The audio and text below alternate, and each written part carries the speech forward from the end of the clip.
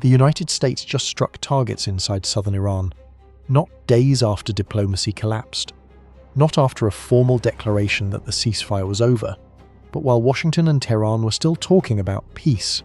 According to US Central Command, American forces carried out what it called self-defense strikes against Iranian missile launch sites and boats that the US says were attempting to place mines near the Strait of Hormuz. And that is what makes this moment dangerous, because the real story is not just that America hit Iran again.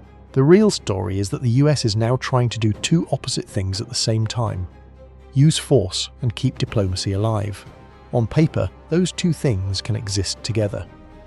A government can say, "We are defending our troops, protecting shipping, preventing mines, and still negotiating a deal."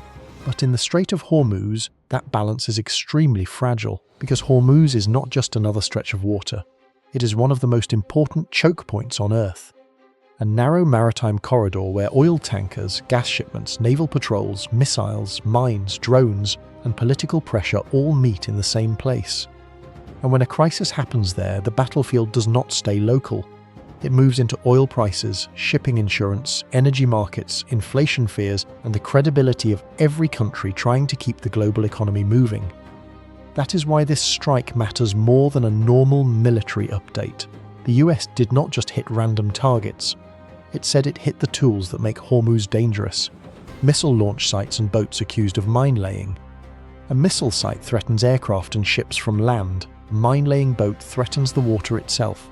And a mine does not need to sink an entire fleet to change the strategic situation. It only needs to create doubt. One suspected mine, one damaged tanker, one insurance warning, one shipping company deciding the risk is too high. That is how a cheap weapon can pressure an expensive global system. This is the hidden power of a choke point. The country controlling the threat does not need to defeat the US Navy in a conventional battle. It only needs to make the route feel unsafe enough that markets react, shipping slows, and diplomats start calculating the cost of every hour. That is the military mechanism underneath this story. Missiles create distance, mines create uncertainty, small boats create ambiguity, and the strait turns all of it into leverage. Now, the US position is clear.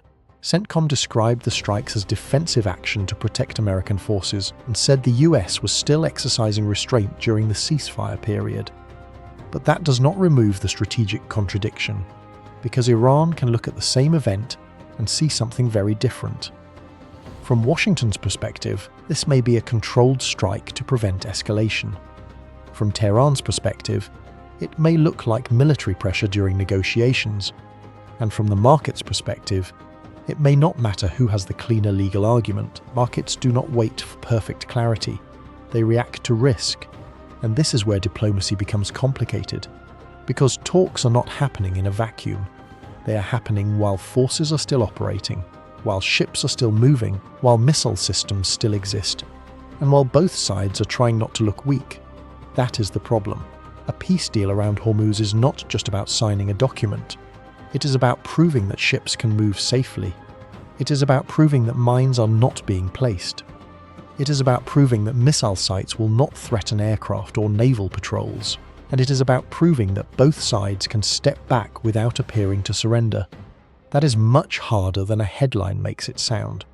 Because if the US stops striking suspected threats, it risks looking like it is allowing Iran to control the waterway. But if the US keeps striking, it risks giving Iran a reason to walk away from the talks. And if Iran does not respond, it may look weak. But if Iran responds too strongly, the ceasefire could collapse. That is the trap. Every actor has a reason to avoid escalation, and every actor has a reason to show strength. This is why the Strait of Hormuz is so dangerous. It compresses military pressure, economic pressure, and political pressure into one narrow space. A missile site is not just a missile site. It becomes a message. A mine-laying boat is not just a boat. It becomes a threat to global shipping. A US strike is not just a strike. It becomes a test of whether diplomacy can survive force. And that is the question now.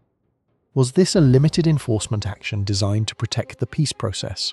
Or was it the first visible sign that the peace process is already breaking under pressure? At the moment, several things remain uncertain. The exact damage from the strikes has not been independently confirmed. A casualty claim should be treated carefully. Iranian media reported explosions near Bandar Abbas, and Iranian outlet Tabnak reported deaths among Revolutionary Guard personnel. But those reports have not been independently confirmed. There is also no confirmed final peace agreement. There are talks, there are reported proposals, there is market reaction, there is military action, but there is not yet proof that the crisis is solved, and that is why the next 24 to 72 hours matter. Watch for Iran's official response. Watch whether negotiations in Qatar continue. Watch whether more tankers move through Hormuz. Watch whether oil prices stabilize or spike again. Watch whether CENTCOM reports new mine, missile or boat activity. And most importantly, watch whether both sides keep describing this as controlled, because the language matters. If the US keeps calling this self-defense, it is trying to preserve the diplomatic track. If Iran calls it a major violation, the political room for talks shrinks. If ships keep moving, markets may calm down. If ships pause, the crisis returns immediately. So this is not just a story about one American strike. It is a story about the dangerous middle ground between war and peace. The US is not fully at war with Iran in the way people imagine a full war, but it is also not fully at peace. It is operating in the grey zone, striking threats, negotiating terms, protecting ships, managing markets, and trying to prevent a narrow waterway from becoming the trigger for a much wider crisis. That is the paradox of Hormuz.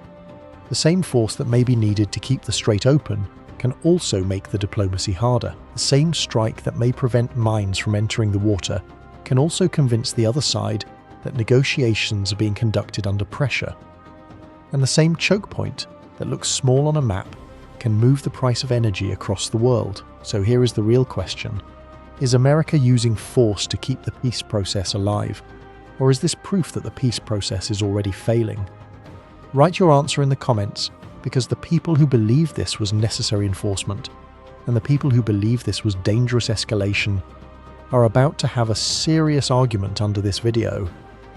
And in the next video, we need to look at the bigger problem behind all of this, why one narrow waterway can still hold the global economy hostage.